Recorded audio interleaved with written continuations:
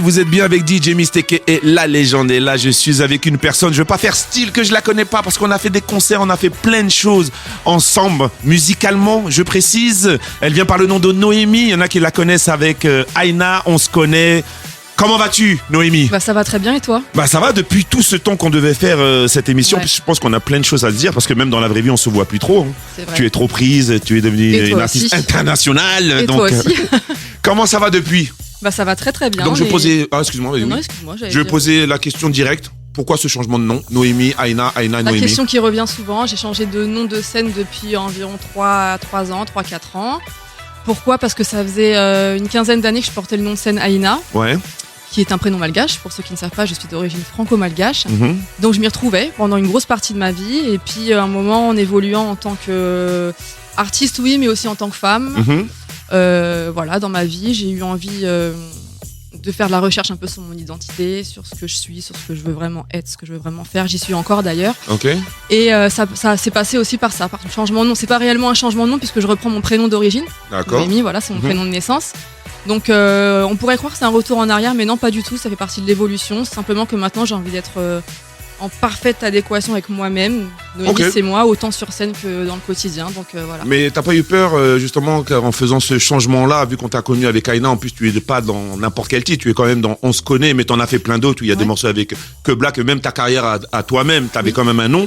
T'as pas eu peur justement en venant avec Noémie de repartir à zéro et que tu recommences ce que tu as connu quand tu as commencé la musique? Donc toutes les embûches, le rappel, parce que quand tu démarches Noémie, t'es obligé de dire ex-Aina. Même moi, quand je suis obligé de dire... Je le dis de moins en moins souvent, mais ça me dérange pas qu'on le dise, parce qu'effectivement, c'est bien de replacer aussi un peu les choses. Ouais. Maintenant, avoir eu peur de faire ce changement, non, pas forcément. Parce que c'est un choix vraiment assumé, c'est un choix réfléchi. J'ai mis du temps vraiment à me dire est-ce que je le fais, est-ce que je le fais pas. Je l'ai fait juste, pour la petite histoire, avant la sortie de mon premier album, qui est sorti en 2019. Donc vraiment, symboliquement, c'était 100% assumé. Et oui, après, t'as pas tort, c'est vrai qu'on repart un peu à zéro sur certaines choses. Mais à partir du moment où c'est assumé et qu'on évolue en fait dans sa vie, tout au long de sa vie, on évolue. Ça fait partie du truc. Bon après je comprends tout à fait ce que tu dis, mais je trouve au niveau où Aina a été, je dis repartir à zéro, mais après comme tu viens de l'expliquer, je comprends tout à fait. Quand on est dans une torture, on le vit tous en tant qu'être humain, la torture psychologique, la torture dans la tête. Moi c'est un peu ce que je vis un peu au quotidien et ce que j'ai vécu à ce moment-là. Donc ça me paraissait logique de le faire. Après c'est vrai qu'il y a des personnes qui m'ont connu sous le nom d'Aina et qui m'ont peut-être perdu en chemin ou qui n'ont pas trop compris. Mais il y a aussi les personnes qui me découvrent en tant que Noémie. Vu que ma musique évolue aussi, je considère pas que c'est pas un échec, c'est pas une erreur, c'est ce qu'il fallait faire. Bon, comme je viens de le dire, on t'a connu avec le morceau On se connaît. Moi, personnellement, vu qu'on va pas faire style, on était affilié à Beau, Maillet, tout ce qui s'ensuit. Il n'y a pas eu d'album Aina juste après ce gros banger, parce que quand même, On se connaît, c'était un truc de ouf. Et il y avait quand même une petite histoire, même dans les magazines, les gens ils en parlaient sur le morceau. Vous êtes officiellement deux. Mais il y a un autre nom qui apparaît en coulisses, c'est Indila qui doit être dans les bacs ou autre. Et moi j'avais suivi ça, c'est que Indila avait sorti son album et on disait Indila, celle qui en ce moment est sur le gros carton de On se connaît. Donc moi, à l'époque là, je me suis dit putain, elle est en train de prendre la lumière sur ce morceau-là. Et au final, son album a fonctionné. Et toi, t'as pas enchaîné tout de suite. Donc pourquoi déjà il n'y a pas eu d'album et comment t'as pris le fait qu'on pense que Indila ça soit elle sur le morceau? Non, en fait je l'ai pas déjà mal pris parce qu'Indila et moi on se connaissait déjà au départ. On a toutes les deux eu un morceau au final à succès avec Youssoupha parce qu'il y a eu Dreaming qui est sorti un an avant. Donc il y a eu La Lumière qui était fait sur ce titre avant, qui a ouvert aussi les portes pour les featuring féminins de Youssoupha qui n'étaient pas trop à la page à ce moment-là. Donc au final, ça a été la continuité. On se connaît, on va pas rentrer dans le vif de l'histoire, mais comment il est arrivé, c'est vraiment soudain, c'était pas du tout prévu. Totalement. Il est arrivé sur une réédition. On sait comment s'est fait l'histoire. Ouais, bien sûr. Mais quand il est arrivé, moi je suis sur la tournée du Youssoupha en tant que choriste. C'est vrai que je suis pas encore sur la conception de mon album. Je venais juste de sortir un EP par contre, qui était sorti en septembre 2012, si je me souviens bien. La même année que Noir Désir en fait. Exactement. Donc il y avait quand même l'EP qui venait de sortir, donc ça c'était cool. Et ensuite, on se connaît, ça a été un peu l'engrenage hyper rapide. Je l'ai pas vu venir, je suis pas la seule. Et comme j'étais sur la tournée en même temps, ça me laissait très très peu de temps pour bosser sur l'album. Et voilà, c'est pour ça que ça a pris du temps. Après j'ai fait d'autres choses, j'ai fait pour le coup beaucoup de concerts. C'est un peu la carrière à l'envers comme je le dis souvent. Et puis l'album a fini par voir le jour, même si c'est un peu plus tard. Ouais, c'est dommage parce que si tout était bien aligné, après le single, ton album, je sais pas si ça aurait fonctionné. C'est vrai. Bon, c'est pareil. De toute façon, je dis toujours, pour réussir, faut tomber. Donc, on a le genou à terre, on fera pas les mêmes erreurs. Exactement. Donc, aujourd'hui, on est là pour Noémie. Donc, Noémie a sorti un EP en décembre 2022, si je dis pas de bêtises, Ouais. qui s'appelle Eri, si je dis pas de bêtises. Non, Ça veut dire quoi, Eri? Eri, ça veut dire force en malgache. Ok. Donc, tu vois, je suis toujours dans ma quête. Ouais, ben c'est ce que je trouve fort, c'est que depuis que tu es venu en mode Noémie, tu revendiques beaucoup ton côté malgache. Je veux pas dire qu'avant tu le revendiquais pas. Mais, je sais tu peux le dire. Bon, tu le revendiquais Non, mais pas. je le cachais pas, mais par contre, c'est vrai que j'avais pas trouvé forcément la porte pour le faire. Alors, c'est quelque part, c'est de ma faute aussi, mais voilà, j'étais dans un autre engrenage et finalement, il y a un moment, dans ma quête d'identité, encore une fois, je me suis dit, mais attends, il y a quelque chose que j'explore pas alors que ça fait 100% partie de mon identité. Mais clairement. C'est mon côté malgache. Donc voilà, il va falloir déjà plus en parler et puis s'aligner là-dessus. Ok, donc Tout est lié au final. comme tu le disais, tu as fait ta carrière à l'envers, tu as fait des concerts, tu as commencé par les concerts. Est-ce que justement pour ton EP, pour ta carrière Noémie, il y a des concerts de prévus? Je sais que tu as sorti quelque chose sur YouTube. Ouais, j'ai sorti Donc, En fait, Eri, du coup, il a été fait en live. Il vient de sortir un live YouTube qui est sorti fin août, Ok. qui est disponible, que vous pouvez aller voir. Et franchement, il est vraiment cool, il est classe, il y a des musiciens, il y a des choristes super, tout le monde a un talent de fou. Mhm. Et du coup, on a réexploré tous les morceaux de l'EP pour pouvoir le présenter en live et en image. Ok, d'accord. Et toi, ton style musical, c'est quoi exactement? Donc, tu es une artiste. Donc, artiste, ça englobe tout. Ouais. T'es plus R&B. Moi, quand je t'ai connu, Je t'étais suis plus R&B de base, ouais, c'est clair. T'étais R&B. Mais aujourd'hui, c'est qui Noémie? C'est quoi? Noémie, c'est- Où est-ce qu'on doit te mettre dans une case ou pas? J'aimerais pas. Voilà, artiste alors. J'aimerais pas. C'est bien, on peut le dire aujourd'hui parce qu'il y a 15 ans, on pouvait pas le dire comme ça. Totalement. Il y a 15 ans, il fallait absolument dire qu'est-ce qu'on fait comme musique. Donc à l'époque, je faisais du R&B parce que de toute façon, c'était ce qui englobait le principal de ma musique. Mhm. Après, encore une fois, j'ai évolué. Donc j'avais envie de ramener un peu la touche afro dans ce que je faisais. Jusque-là, j'avais pas réussi vraiment à le faire. Aujourd'hui, je pense à retrouver la manière de le faire. Ok. Donc ça reste de la musique urbaine avec touche afro. Mhm.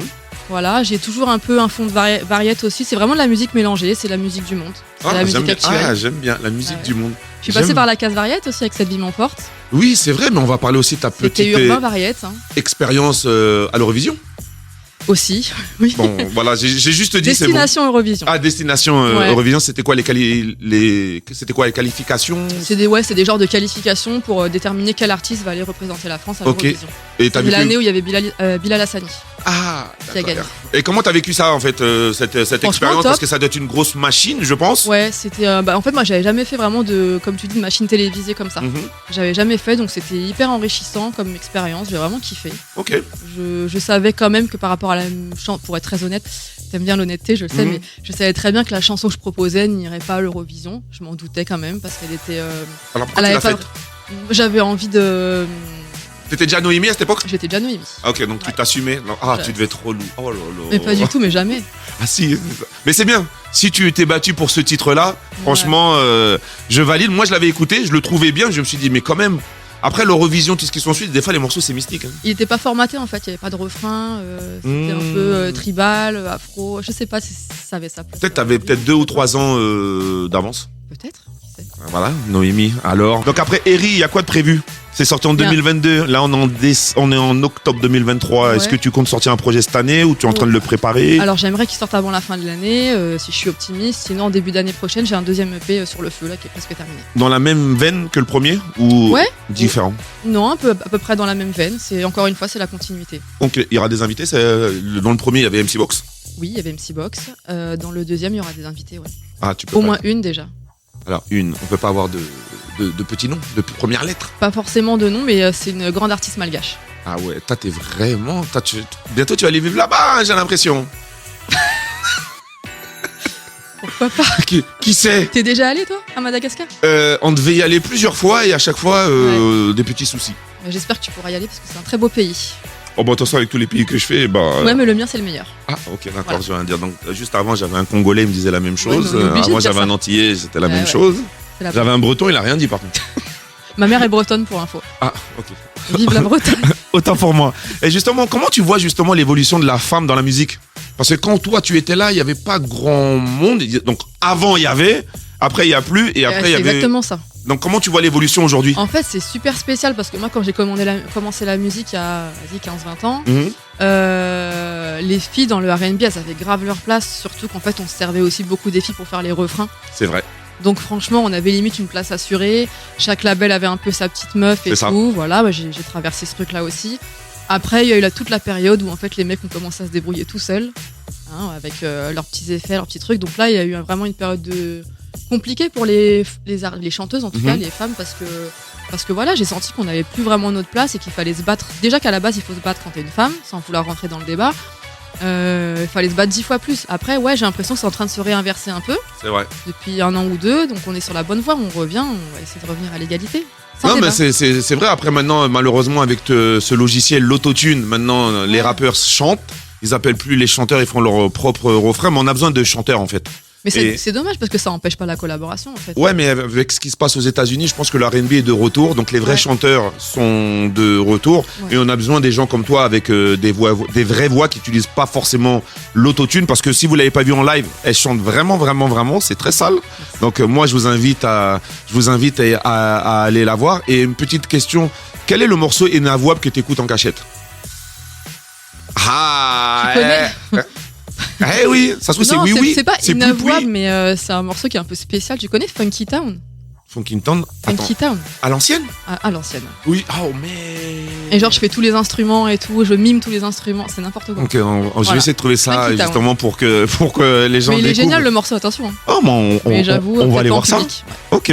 Comme je le dis souvent, trop parler peut tuer. On va passer au live. Tu vas nous interpréter justement. Tu vas nous faire un petit medley, un petit cadeau pour Ado, pour la demande générale, pour DJ Mystique.